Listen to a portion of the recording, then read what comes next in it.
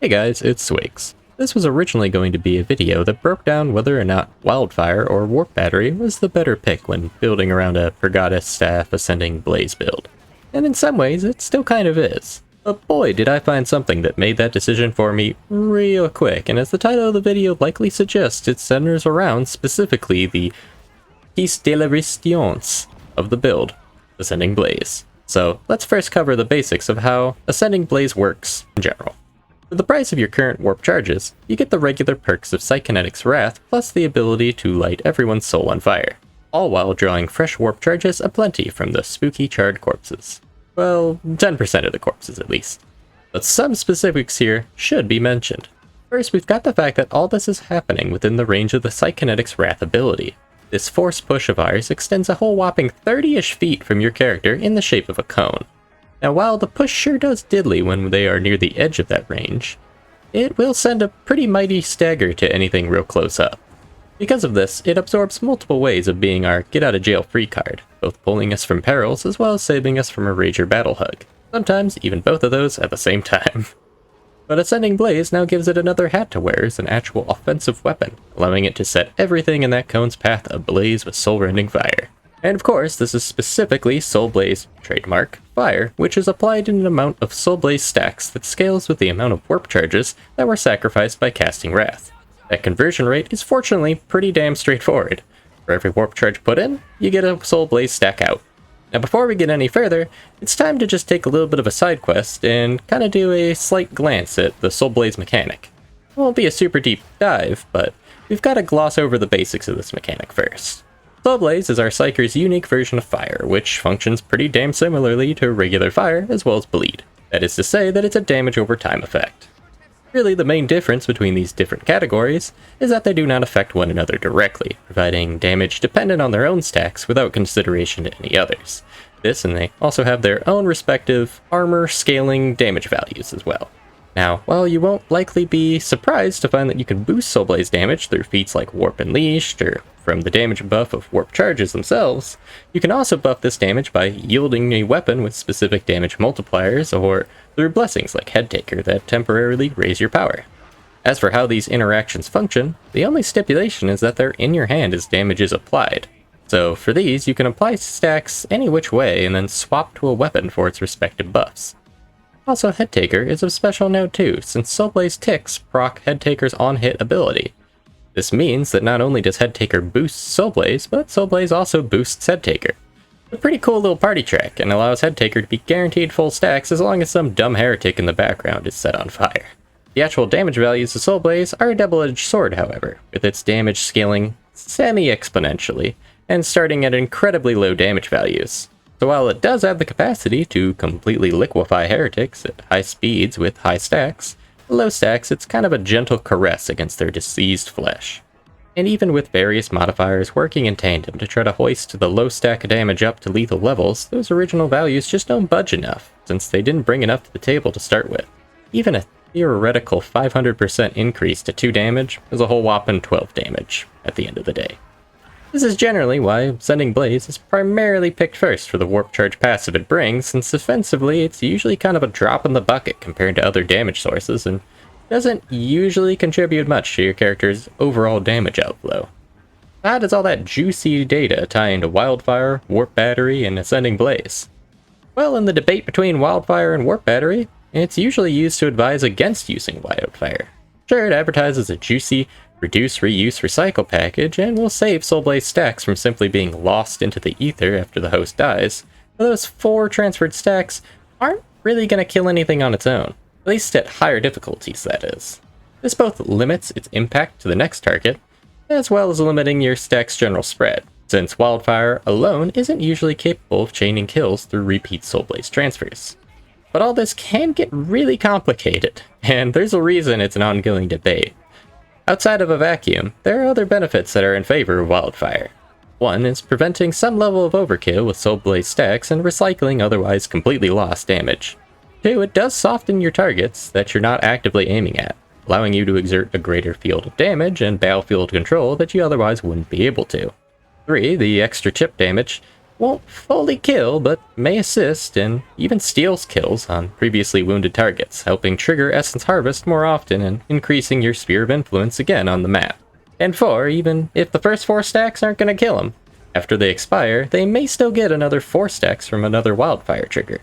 And this isn't to say that Wildfire is under or overrated, but just that evaluating it is a little bit more complicated than looking at it from a pure number crunchy min-maxing perspective.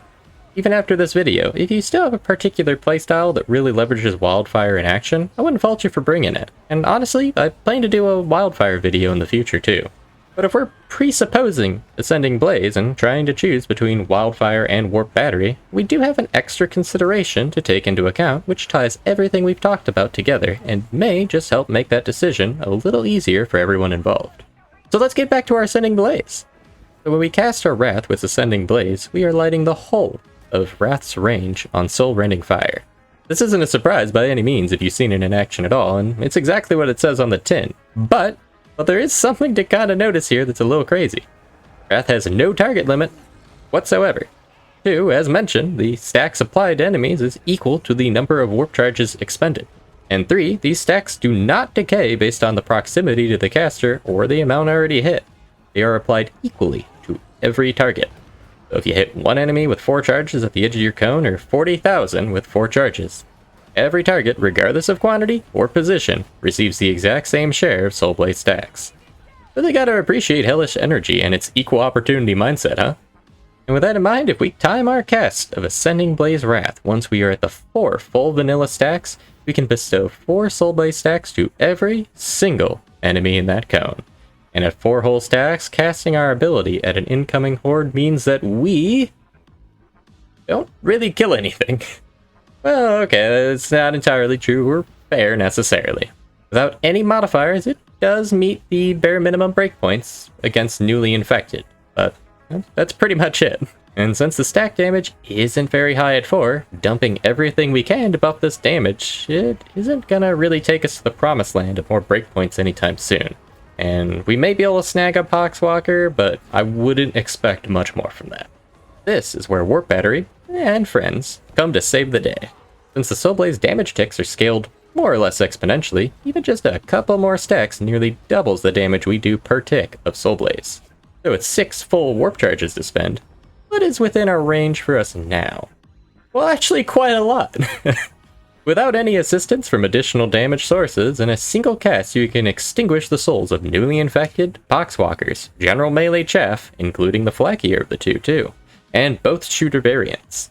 Now if you're building your kit with Warp Unleashed, which a lot tend to do as it's a very good feat choice with the 10% flat damage buff, that 10% damage buff is also going to apply to your Soulblaze. That 10% damage on top of the original 6 stacks that we just sent out will be able to snag you a sniper kill as well. And, adding in just a little bit of jank, casting Wrath with Ascending Blaze, Warp Unleashes base 10% damage buff, and a weapon with 25% flak damage and head taker, your ability can now damn shotgunners to a fiery demise. In practice, this is gonna be really good. While needing 6 charges to annihilate everything can make you a little bit more stingy with your Wrath casts, saving your charge until you have the full warp charges is still going to be really amazing in a pinch when you need to simplify the battlefield. Moments where monstrosities are charging, or a whole slew of Campbell's Chunky Ogrins are pile driving their way on your position, you can guarantee they will have nearly 0 damn support from Nurgle from what is now completely ashified around them. While you can do a lot of damage with your Purgatus Staff directly, in obviously the same ways, blasting lethal dosage of Hellfire with a single button press is incredibly useful and frees your mind to focus on more of the engagement around you. Psyker can easily blast a horde in one direction with their Wrath, then swap focus to whatever else is threatening them, knowing that the first mob of heretics are essentially marked for death at that point. This can also be super handy if you're trying to clutch and save your buddies, as it can prevent a horde from converging on them after they've been snagged into it by a trapper, momentarily preventing the mob from attacking with the stagger, and guaranteeing that they're not going to be much of a problem during a revive attempt. And with it covering all the chaff up to shooters, you can control more than the melee with your blast. By the time a firing line recovers from their initial stagger and prepares to take aim, they're not going to have long for this world anymore. Plus, if you pop it on some really dense engagements, you'll get damn near all your stacks refunded from Ascending's passive feature. Not as much or often as I would prefer, but But sometimes the forces of RNGesus curse more than just weapon rolling, so what are you gonna do, right?